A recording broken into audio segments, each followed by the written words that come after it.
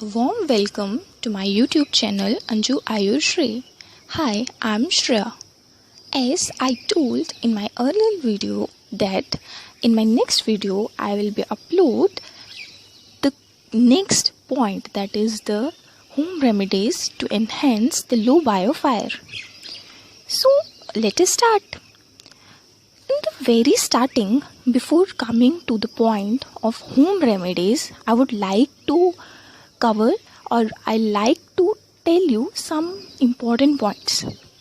As I told in my earlier video, you have seen in the slides that low biofire leading to low metabolism and low metabolism leading to low immunity. Now, how to understand this? See, जैसे लो बायोफायर कम हुआ, जैसे मैंने पहले भी अपने video में example दी थी छोले भटूरे की, कि हमने छोले भटूरे ज़्यादा खा लिए या उस दिन हमारी लो बायोफायर थी तो हमें नौशिया, वॉमिटिंग, लूज मोशंस होने शुरू हो गए. अगर यही चीज़ कंटिन्यू रहती है, लाइक हमारी बायोफायर लो ही है लेकिन हम खाते जा रहे हैं, तो उससे जो बार बार हम खाएंगे अपनी बायोफायर को बिना देखे, बिना अपने मद्दे रखे अपने दिमाग में, तो हम बार बार बीमार होंगे. और जो बार बार बीमार होंगे, जो पर्सन बार बार बीमार होते हैं उसकी इम्यूनिटी अच्छी कैसे हो सकती है? मतलब हुआ ना कि जब बायोफायर कम है तो मतलब हमारा मेटाबॉलिज्म कम है, और मेटाबॉलिज्म कम है और उससे जो इम्यूनिटी है वो भी लो हो रही है. अब नेक्स्ट पॉइंट पे आते हैं कि क्या बायोफायर कम होने से बड़ी बड़ी प्रॉब्लम्स हो सकती हैं, या लो बायोफायर से यही चीज़ें होंगी, डायरिया हो गया या लूज मोशंस, है ना. अब ये पॉइंट है कि जब लो बायोफायर होती है उससे जो है, जब हम एक्सेसिव खाना खाते हैं और ये चीज़ कंटिन्यू रहती है सालों साल तक कि हमारा खाना डिपेंड है घड़ी की सुई पे, हमारा खाना डिपेंड है ब्रेकफास्ट 9 बजे क्योंकि 9 बजे टाइम है, हमारा खाना डिपेंड है 1 बजे लंच क्योंकि 1 बजे टाइम है. अगर हम इन चीज़ों पे डिपेंड रहते हैं और अपने बायोफायर को नहीं देखते हैं तो लॉन्ग टर्म में हमें लाइफस्टाइल डिसऑर्डर्स हो सकते हैं, जैसे ओबेसिटी, मोटापा, डायबिटीज़, पीसीओडी तो आज का बर्निंग टॉपिक है. और ये सब चीज़ें, और वो एक लाइफस्टाइल डिसऑर्डर है, वो चीज़ें, ये सब चीज़ें और भी ऐसी लाइफस्टाइल डिसऑर्डर्स हैं जो कि लो बायोफायर से हो सकती हैं. सो हम लाइफस्टाइल डिसऑर्डर्स को प्रिवेंट कर सकते हैं अगर हम बायोफायर पे पूर्ण ध्यान दें कि ऐसा क्यों हुआ, कैसे हुआ. अब हम नेक्स्ट पॉइंट जो मैं बताना चाहूँगी वो है कि क्या कॉजेज़ हो सकते हैं बायोफायर कम होने के. कॉजेज़ हैं कि जब हम अपनी शुदा या अपनी भूख या अपने बायोफायर या डाइजेस्टिव फायर या जठराग्नि से एक्सेस में फूड लेते हैं, मीन्स वो तो एक्सेस, वो तो लो है, बायोफायर अगर लो है और एक्सेस में हमने फूड ले लिया, या हमारी बायोफायर अच्छी है लेकिन हमने एक्सेस में फूड ले लिया, वो एक रीज़न है कि हमारा बायोफायर लो होगा. जैसे अगर हमारी शुदा ठीक है, मीन्स कि हमें आदत है 2 चपातीज़ या 3 चपातीज़ खाने की, लेकिन अगर हम किसी फंक्शन में चले गए, किसी पार्टी में चले गए, वहाँ हम अपनी शुदा को नहीं देखते, वहाँ पर हम लालच को देखते हैं कि स्टार्टर्स भी खा लेते हैं, ये भी खा लेते हैं, वो भी खा लेते हैं, और अपने डेजर्ट भी खा लिया. सो उससे क्या होता है कि हमारे जहाँ बायोफायर ठीक थी, ये बायोफायर कम नहीं थी, लेकिन कंपैरेटिवली हमारे फूड के जितना हमने ठूस लिया उसके कंपैरेटिवली वो लो हो गई. अब जो बायोफायर है वो किन चीज़ों पे डिपेंड है? अब बायोफायर, जो नेचुरल बायोफायर है, जो जठराग्नि है, वो सीज़न टू सीज़न वेरी करती है. अब कैसे करती है? जैसे समर्स है, समर्स में हमें जो है वो हमारी बायोफायर लो होती है. कैसे? जैसे हम देखते हैं कि समर्स में हम कम खाते हैं, है ना, तो अगर हम विंटर्स के मुकाबले, अब विंटर्स में देखते हैं तो हमारी बायोफायर बहुत तीव्र होती है, बहुत ज़्यादा हमारी जठराग्नि तीव्र होती है. हम कितना खाते हैं हम विंटर्स में, और ना ओनली खाते हैं, और उस पर क्या होता है कि हम हेवी खाते हैं, ड्राई फ्रूट्स खा लिए, सूंड खा ली, और कितना कुछ हेवी खाते हैं क्योंकि हमारी बायोफायर अच्छी होती है उस टाइम पे. और ये पॉइंट की बात है कि सीज़न टू सीज़न वेरी करती है, पर्सन टू पर्सन भी वेरी करती है। पर्सन टू पर्सन वेरी करने में ये होता है कि जैसे कोई भी दो पर्सन है, तो भाई बहन ही ले लें या दो भाई ही ले लें, उनमें एक को अच्छे से 4 चपातीस खाने के बाद उसको कुछ नहीं होगा, लेकिन दूसरे को 2 चपातीस खाने के बाद उसको नौशिया, वॉमिटिंग या एसिडिटी, सिंपल एसिडिटी भी बन जाती है। इट मीन्स कि उसकी बायोफायर कम है। अब ऐसे घर पे 2 बच्चे हैं, एक को माँ 4 चपाती देती है, वो कोई कंप्लेन नहीं करता, दूसरे को 2 चपाती भी देने के बाद वो कहता है, चिल्लाता है, मम्मा मुझे पेट में दर्द है, या मुझे एसिडिटी बन रही है, मुझे कुछ हो रहा है। मीन्स कि उस बच्चे की बायोफायर कम है और we have to work on his low बायोफायर।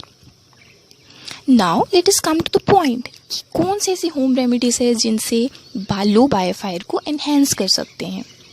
सो वह एनहेंस कैसे हो सकती है? लो बायोफायर को एनहेंस करने के लिए सबसे इम्पॉर्टेंट एंड सबसे ईजीएस्ट मेथड इज़ और to use is warm water. Warm water जो है, हमेशा आप देखो कि किसी को इंडाइजेशन भी हो जाती है, उसको कहते हैं कि इंडाइजेशन जो है उसमें आपको वार्म वाटर ले लो। वार्म वाटर कैसे वर्क करता है? वार्म वाटर में या उष्ण जल में, सुखउष्ण जल में जो उष्णता है या जो वार्मनेस है, जो वार्मथ है, वो कैसे आई? वो अग्नि महाभूत के कारण आई। अग्नि महाभूत बड़े हैं। अग्नि महाभूत जो है वो बायोफायर, वो भी जठर अग्नि है ना, तो जठर अग्नि वो कम है, अब वो अग्नि है वो उसको बढ़ाती है, उसे बायोफायर जो है वो लो बायोफायर एनहेंस होती है। और कौन से ऐसे कारण है? वार्म वाटर तो आ गया, लेकिन दूसरी पॉइंट ये है कि हमें अपनी जठर अग्नि को या बायोफायर को टाइम देना चाहिए। टाइम देने का मतलब क्या है? वार्म वाटर का तो पॉइंट हो गया, अब टाइम देने का क्या है? टाइम है कि हमें अपनी जठर अग्नि को या हम अपने बायोफायर को छोड़ देना चाहिए। मीन्स जैसे लंच, हमें ब्रेकफास्ट में हमने कुछ ऐसा हैवी खा लिया कि हमें अब भूख नहीं है, बहुत हैवीनेस लग रहा है, अब हम क्या करें? हाँ, हम वार्म वाटर भी ले रहे हैं, लेकिन सिर्फ वार्म वाटर ना लें, हम अपनी जठर अग्नि को या बायोफायर को टाइम दें खुद को रिकवर करने का। अब हमने ब्रेकफास्ट में जो खाया, ब्रेकफास्ट के बाद हमें हैवीनेस लगी, हैवीनेस के बाद हमने लंच, अगर हम 1 बजे खाते हैं तो हमने वो स्किप करना है जब तक हमें भूख नहीं लगती। हमारी बायोफायर जो है वो ठीक नहीं होती, क्योंकि अगर ऐसा नहीं किया, अगर हम अपने टाइम टू टाइम खाना खाते गए तो वो लॉन्ग टर्म में हमें कॉन्स्टिपेशन और भी प्रॉब्लम्स इंडाइजेशन की, एक टाइम आकर के डायरिया हो जाएगा और वो बीमार जो वो बढ़ते जाएगा।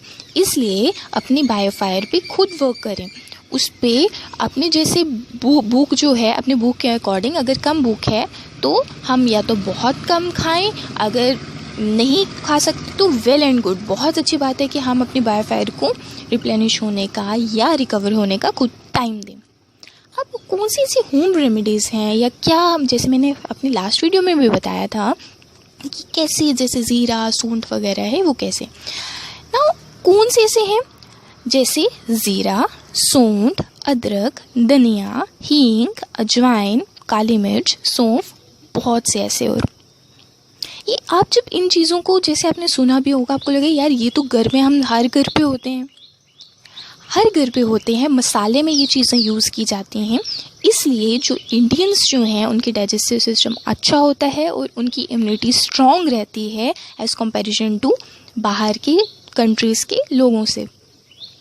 क्योंकि ये जो क्यूजीन्स हैं, ये जो मसाले हैं, ये क्या करते हैं? ये इन्हेंस करते हैं हमारी लो बायोफायर को। अगर खाने में भी ये यूज़ हो रहे हैं तो कितना अच्छा है ना?